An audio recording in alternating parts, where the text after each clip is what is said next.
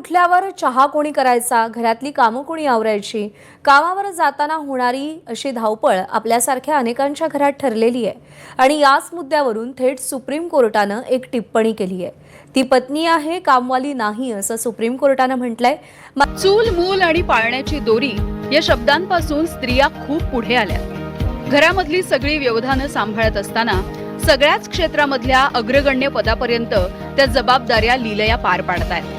मात्र त्याच वेळेला घरातली कामं महिलेनं करायची की पुरुषानं, हा प्रश्न आजही अनेकांच्या घरात आहे. मुख्यतः शहरांमधली अवस्था अशी की घरामधले स्त्री पुरुष दोघेही कमावते असतात.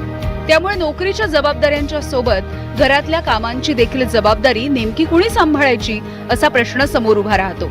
आणि यावरून सुप्रीम कोर्टानं एक टिप्पणी केली आहे. तुम्ही लग्न करताना पत्नीला मोलकरीण समजायला नको.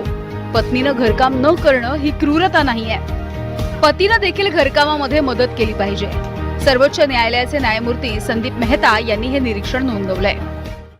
सुप्रीम कोर्टानं त्यांच्या टिप्पणीमध्ये महिलांना कशा प्रकारे आदरानं वागवायला हवं आणि त्यांच्या घराबाहेरच्या कामाचं भान ठेवायला हवं असा उल्लेख केलेला असला तरी समाजामध्ये असे अनेक पुरुष आहेत ज्यांना पत्नीच्या त्रासाचा सामना करावा लागतोय. त्यामुळे सुप्रीम कोर्टानं केलेल्या टिप्पणीला या पत्नी पीडितांनी मात्र विरोध केलाय.